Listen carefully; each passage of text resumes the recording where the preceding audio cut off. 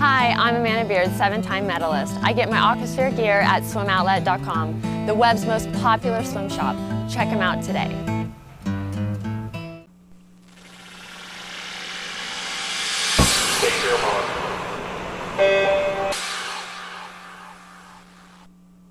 This is the Morning Swim Show for Monday, January 2nd, 2012. Happy New Year, everyone. I'm your host, Peter Bush, in the Phoenix Monitor today. We'll talk to Swimming World Magazine senior writer John Lohn. It's time to look back on the best stories of 2011 and look ahead to 2012. And John Lohn joins us right now in the Phoenix Monitor. John, Happy New Year to you, buddy. How are you? I'm doing well, Peter. Hope 2012 goes well for you. Thank you. It's going to be a great year in swimming, isn't it? Well, it doesn't get any better than an Olympic year, does it? I'm counting down the days till London. Can't wait to see what shakes out over there. The biggest story of 2011 for me personally was Missy Franklin, because I believe that her emergence completely changed the landscape of women's swimming and significantly boosted the Americans' chances of winning all three relays and being the dominant presence once again, which they haven't necessarily been in a while. 2012, now that the expectations are there, she's got to deliver. There's no more sneaking up onto anybody. There's no more, wow, she's the young phenom. What can she do? The expectations now are huge. There is going to be more pressure. The way Missy handles herself, though, I really believe she can. I don't want to call her a female Phelps because I don't think that's fair, but I think she's going to really show everyone how special she is. I don't think she'll be fazed by the pressure that I mentioned that's coming. I don't think she'll be fazed by the Olympic stage. She has this carefree attitude that I think is one of her best weapons, and to have that, to go with the skill she has in the water, is pretty important. I think she has the potential to win the most individual medals in London. I don't know how many she'll swim, but I think she has the potential to win the most individual gold, I should say. Well, like you said, and so much hinges on the relays. We saw that in 2008. And how important it was for Jason Lezak to come up with that ridiculous swim just to make what Michael Phelps did possible. But Missy brings to the United States, all of a sudden, like you said earlier in this interview, the U.S. is in the game to win all three relays in London. And before she came along, that wasn't a possibility. So she's helping her own cause by strengthening the U.S. 100, 200 back, obviously, are there. 100, 200 freestyle. The 200 free, people might think I'm nuts for saying this. I think she wins that comfortably, and the Pellegrini supporters might think I'm crazy. But the way she shined in 11, I think we're only seeing the surface scratched. Pardon the cliche. It was a big year for comebacks in 2011. It often is a year or two before the Olympic year. People finally make up their mind. No bigger comeback than Brendan Hansen on the American side. And the news of Ian Thorpe coming back in Australia. First with Brendan real quick, because he did have a very successful summer. I mean, he swam, I think he shocked a lot of people. I don't think there's a comeback right now that even approaches how strong Brendan's has been. And this is a huge sign because, let's face it, the United States has very much been in need of someone they can really rely on, the breaststroke leg in the 400 medley relay. That's probably the weak point right now of the American relays, is that breaststroke leg. Brendan all of a sudden comes in and boom, it's back. And to be honest, his 200 breast has been better than his 100 breast during this comeback. And he's a little frustrated, I think, that he hasn't hit 59 yet while going 209 for the 200. We're going to see Brendan at least as good as he was, I believe better than when he left the sport. Ian Thorpe's comeback is very interesting because he hasn't really done much. And I want to show this video that we have of this incredible, I don't know if it's a documentary or sort of behind-the-scenes making of those full-body suits that Thorpe used to wear back in his heyday. And it really, now looking back on it, makes you realize how ahead of the curve scientifically he and his team were. And it makes you wonder if that's why he was swimming so much faster than anybody at the time, but now really can't touch anyone. I'm interested to see where this goes. And I don't know enough about what the fabric was made and the material there, so I'll let people judge from the video themselves. What I am concerned with is this. We don't know for sure what Gennady Turetsky's doing with Ian in terms of the workouts, how beat up he is. But at some point, and their trials are coming at the end of March, early April, at some point you need to see from Ian Thorpe a sign that says, hey, he's capable of rekindling the past greatness that he had. And we have not seen even an inkling of that possibility right now, which is why my doubts are as high as they are that he's not going to make this team for Australia. You think he might not even make the team? Correct. I don't think. Let me break it down into two ways. I do not see him making an individual event. I think it's going to be. I think it could be very difficult for him to even scoop out a prelim spot for a freestyle relay. I'll be the first one to admit I'm wrong here if that happens. But just given what we've seen so far, my doubts have increased. Well, and the way they're swimming right now, that 4x100 freestyle relay, they certainly don't need him. I mean, they're fantastic right now with Magnuson and Sullivan. So I think this might be a bust for him. Yeah, and it would be a shame if this is how his career, star-studded as it gets, legendary, that part will never be able to be taken away of what he's been able to accomplish. But you don't like to see someone who has had the success of an Ian Thorpe in this way, and if this thing blows up, a lot of people will remember how the career kind of crumpled at the end in terms of not being able to make this complete. Yeah. The video is interesting, though. I mean, it's definitely, it's just, I can't believe that we didn't see it at the time. I mean, I know we thought it was weird. Look at this thing that goes down to his ankles and down to his wrists.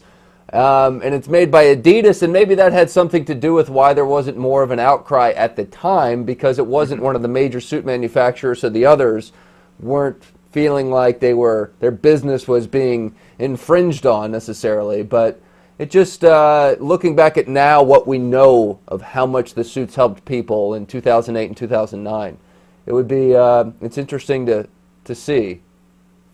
So. It's definitely something that I'm sure many will consider. All right, I'm going to coin a phrase here now on the Morning Swim Show, the Phelps-D rivalry.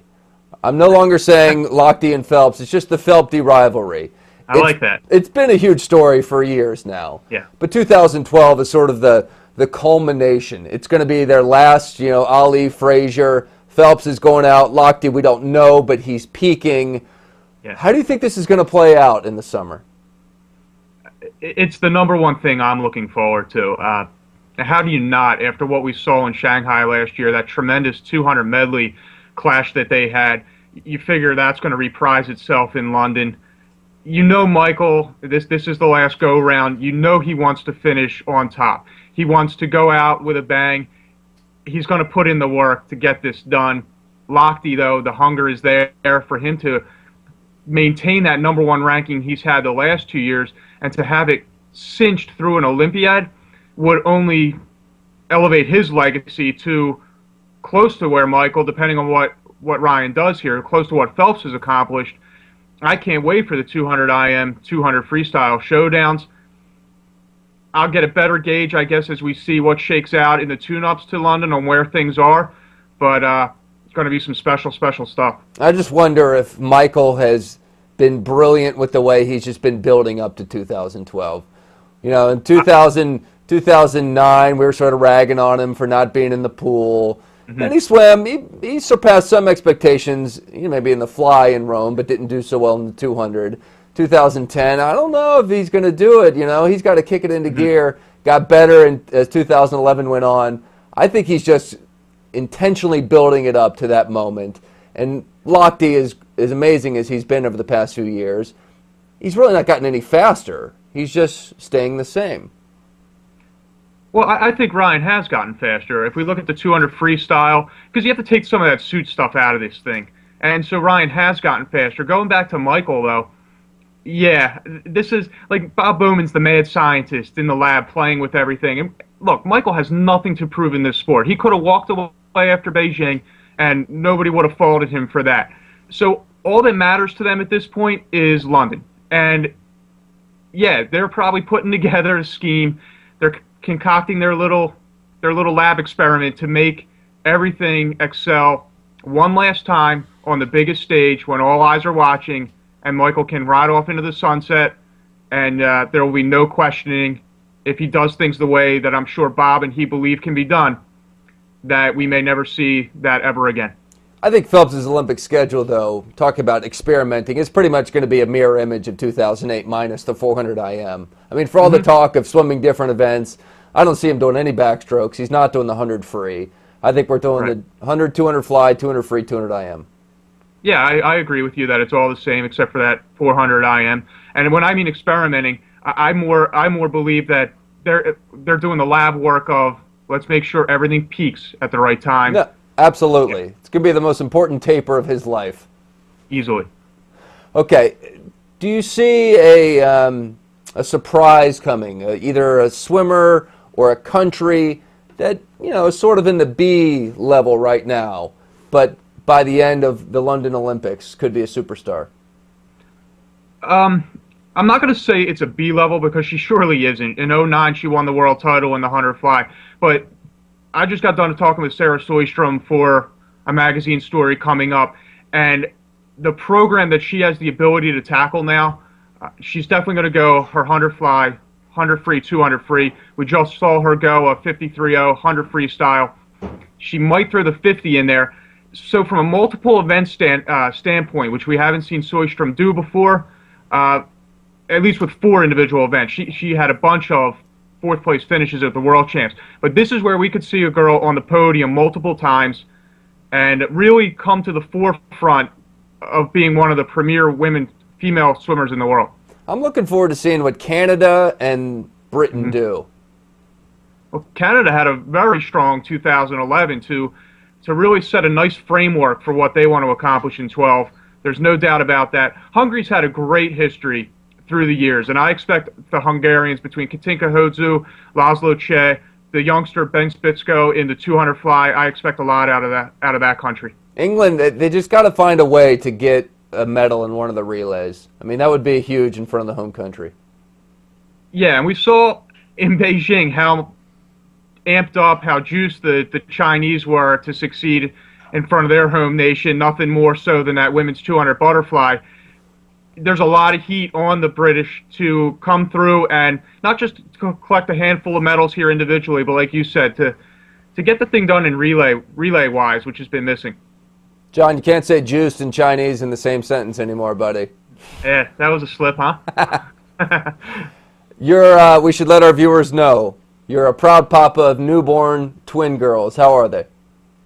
Things are going amazing. I haven't come down from cloud 9, neither has my wife Dana. We're Taylor and Tiernan are their names, and we're hoping to have them home real soon, if not by the time all of this runs. Best of luck to you and your family in 2012. Can't wait to see some great swimming. Thanks, John. Thanks, Peter. All right, that's John Lohn joining us in the Finis Monitor, and that is it for today's show. I'm Peter Bush, reminding you to keep your head down at the finish.